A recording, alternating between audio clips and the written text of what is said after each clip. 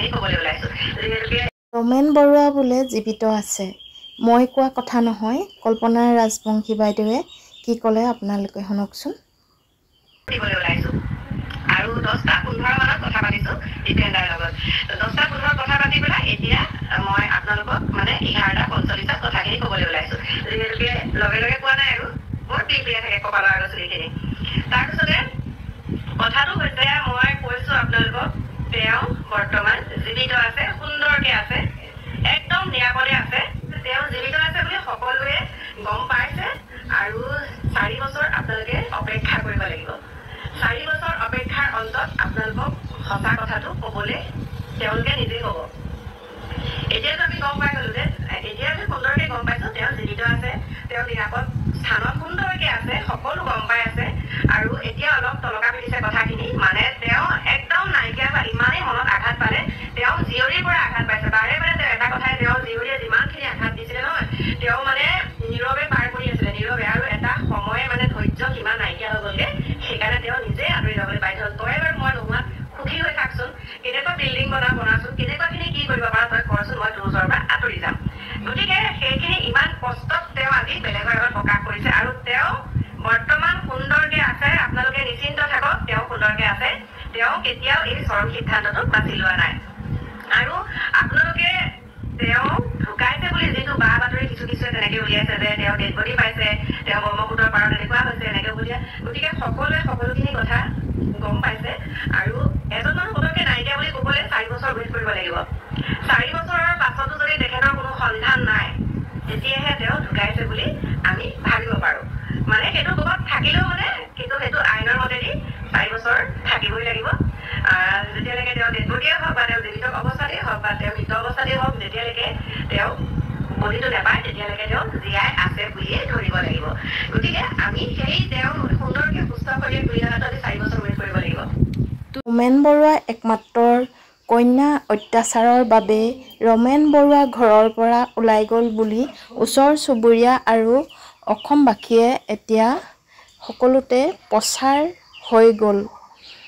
আচলতে ওচৰ চুবুৰীয়া সকললৈ এটা অনুৰোধ আছে ওচৰ চুবুৰীয়াসকলে যদি জানিছিলেই ৰমেন বৰুৱাক নিতৌ ৰমেন বৰুৱাৰ কন্যাই অত্যাচাৰ কৰে কিন্তু ওচৰ চুবুৰীয়াই কিয় নিমাত হৈ আছিল আৰু ওচৰ চুবুৰীয়াই তেওঁলোকে ৰমেন বৰুৱাক আচলতে সুৰক্ষা দিব লাগিছিল বা তেওঁলোকে একো কৰিব নোৱাৰিলেও আইনৰ ওচৰত গৈ নিশ্চয় কথাষাৰ অৱগত কৰিব লাগিছিল সেই কথাটো আচলতে আমাৰ সমাজৰ ভুল কাৰণ এখন ঘৰত কিবা এটা থোটামোজা নিতৌ লাগি থকাৰ দেখিলে বা শুনিলে সেই কথাষাৰ ওচৰ চুবুৰীয়াই আইনৰ হকেই হওক বা যিকোনো প্ৰকাৰে নহওক কথাষাৰ অৱগত কৰাৰ দৰকাৰ কাৰণ এতিয়া ওচৰ চুবুৰীয়াৰ লগতে কন্যাৰ ভুলৰ বাবে এজন সুদক্ষ ব্যক্তি আমাৰ মাজৰ পৰা হেৰাই গ'ল কমটি ডাঙৰ কথা নে যদি ওচৰ চুবুৰীয়াই থানাতে হওক বা গাঁৱৰ মুৰব্বীকে হওক জনোৱা হ'লে নিশ্চয় এনে ঘটনা কেতিয়াও নঘটে ৰমেন বৰুৱাৰ সেই ঘৰটোৱে যে কাল হ'ল সেই কথাটো এতিয়া স্পষ্ট হৈ পৰিছে কাৰণ ৰমেন বৰুৱা ঘৰটো ভাঙি বৰ্ণিকা বৰুৱাই তাত এটা ফ্লেট বনোৱা কথা আছিল তাত সন্মত নাছিল দীপেন বৰুৱা আৰু ৰমেন বৰুৱা আইন প্ৰশাসন আৰু হিমন্ত বিশ্ব শৰ্মাৰ লগতে মত প্ৰকাশ কৰিছে যে নিজৰ পৰিয়ালৰ আঘাতৰ বাবে তেওঁ আত্মগোপন কৰি আছে আৰু প্ৰত্যক্ষদৰ্শীসকলেও দুখ কৰিছে যিহেতু তেওঁ সদায় অহা যোৱা কৰি থাকে আৰু এই ঘৰখনেই হৈছে তেওঁ কাল এই ঘৰখনৰ পৰাই সেই সময়ত নাইকিয়া হৈ গ'ল আৰু দীপেন বৰুৱাও যথেষ্ট দুখ প্ৰকাশ কৰিছে যে তেওঁ এনেকৈ যাব নালাগিছিল আৰু যলৈ যায় আচলতে কৈ থৈ যোৱা নাছিল সেয়ে তেওঁ এটা ডাঙৰ দুখ আছিল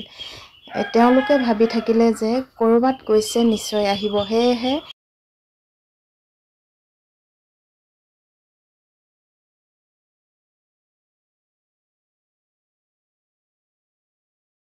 কথাকেইটা যদি কওঁতে ক'ৰবাত ভুলভ্ৰান্তি হৈছে